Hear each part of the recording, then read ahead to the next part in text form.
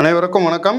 இன்னைக்கு நம்ம பார்க்க போகிறது சிவகார்த்திகேயன் நடிப்பில் சுதா கங்கராவுடைய இயக்கத்தில் இன்றைக்கு வெளியான பராசக்தி படத்தை பற்றி பார்க்க போகிறோம். அதுக்கு முன்னாடி என்னுடைய சேனலை இது வரைக்கும் சப்ஸ்கிரைப் பண்ணாதுங்க, சப்ஸ்கிரைப் பண்ணுங்கள், லைக் கமெண்ட் ஷேர் பண்ணுங்கள். வாங்க இந்த படத்தினுடைய கதை என்னான்ட்டு பார்ப்போம். இந்த படத்தினுடைய கதை ஏற்கனவே எல்லாருக்குமே தெரியும். இது இந்தி எதிர்ப்பு போராட்டத்தை பற்றின கதை இது அப்படின்னு சொல்லிட்டு நம்ம படம் பார்க்கறதுக்கு முன்னாடியே நம்மளுக்கு தெரியும். படத்தினுடைய ஃபஸ்ட்டு 1959 படம் ஆரம்பிக்குது. படத்தினுடைய கதாநாயகன் சிவகார்த்திகேயன் ஒரு கவர்மெண்ட் சர்வெண்ட்டு, அவருடைய தம்பி அதர்வா ஒரு காலேஜ் ஸ்டூடெண்ட்டு. இவங்களுடைய வாழ்க்கை ரொம்ப சுமூகமாக ரொம்ப சந்தோஷமாக போயிட்டுருக்குது. அந்த நேரத்தில் மத்திய அரசாங்கத்தால் தமிழ்நாட்டில் இந்தி தான் ஆட்சி மொழியாக இருக்கணும் அப்படின்னு ஒரு சட்டத்தை கொண்டு வராங்க. இதை கேட்ட உடனே இங்கே இருக்கிற அரசியல்வாதிகளும் குறிப்பாக கல்லூரி மாணவர்களும் கொதிச்செழுந்து போய் எதிர்த்து நிற்கிறாங்க. எங்கள் தமிழ் மொழியை நீங்கள் நீக்கிட்டு நீங்கள் உங்களுடைய இந்தி மொழியை வைக்கக்கூடாது அப்படின்னு சொல்லி எதிர்த்து போராடுறாங்க. அப்படி போராடும்போது இவர் ஹீரோவும் அவருடைய தம்பியினுடைய வாழ்க்கையும் இந்த இந்தி எதிர்ப்பு போராட்டத்தால் அவங்களுடைய வாழ்க்கை எந்த அளவுக்கு மாறி போகுது, அவங்க ரெண்டு பேரும் இந்த இந்தி எதிர்ப்பு போராட்டத்தில் எந்த அளவுக்கு பங்கெடுத்து இதை எதிர்த்து நிற்கிறாங்க அப்படின்றது தான் இந்த படத்தினுடைய கதை.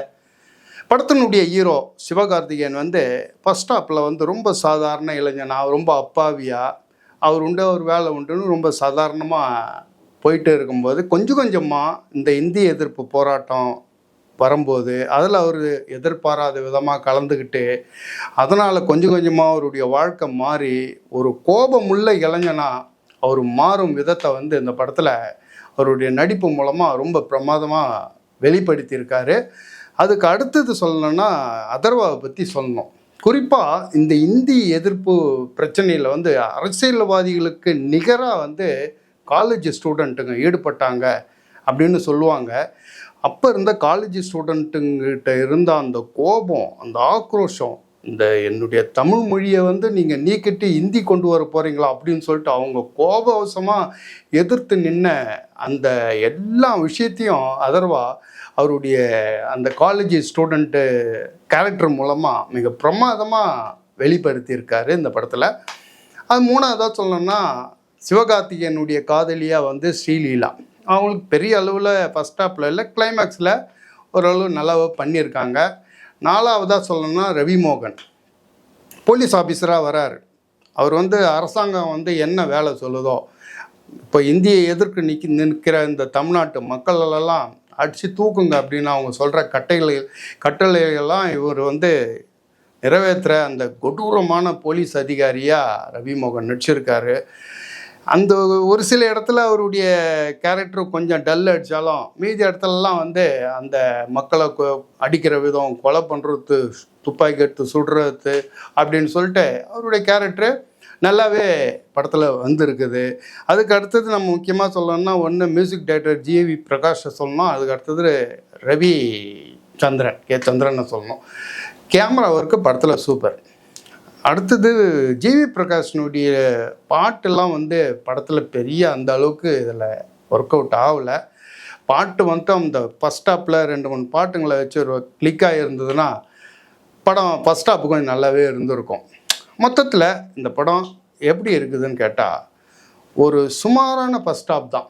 காரணம், இந்த மொழி எதிர்ப்பு, இந்தி மொழி எதிர்ப்புன்னொடனே நீங்கள் ஃபஸ்ட் ஹாப்லேயே அதுக்கு பேஸ் பண்ணி படம் பார்க்குற ஆடியன்ஸுக்கு எந்தவித குழப்பமும் இல்லாமல் தெளிவாக கதையை சொல்லிகிட்டே வந்திருக்கணும். ஆனால் இவங்க அந்த ஃபஸ்ட் ஹாப்பில் அந்த விஷயத்தில் இவங்க நம்ம கோட்டை விட்டாங்களோ அப்படின்னு தான் தோணுது. ஃபஸ்ட்டு சீன் ஒரு ட்ரெயின் ஃபைட்டோடு தான் ரொம்ப சுறுசுறுப்பாக ஆரம்பிக்கிறாங்க.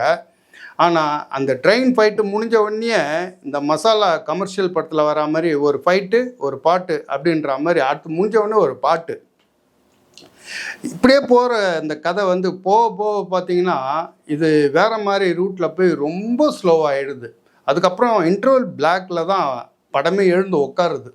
ஸோ ஃபஸ்ட் ஹாப் சுமாராக தான் போகுது. ஆனால் அதுக்கு ஈடுகட்டும் விதமாக செகண்ட் ஹாப்பை இவங்க நல்லாவே எடுத்திருக்கிறாங்க.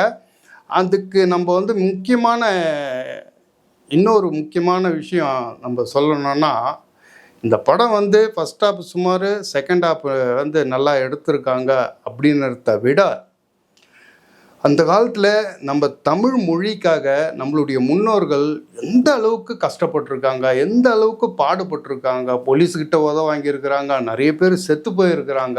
இந்தமாரி விஷயங்களை எல்லாத்தையும் நம்ம கண் முன்னால் காட்டிய இந்த படத்தினுடைய தயாரிப்பாளருக்கும் சரி, இந்த படத்தினுடைய டைரக்டருக்கும் சரி, முக்கியமாக படத்தினுடைய ஹீரோ சிவகார்த்திகேயனையும் சரி, எவ்வளோ பாராட்டினாலும் தகும் அப்படின்னு தான் சொல்லுவேன்.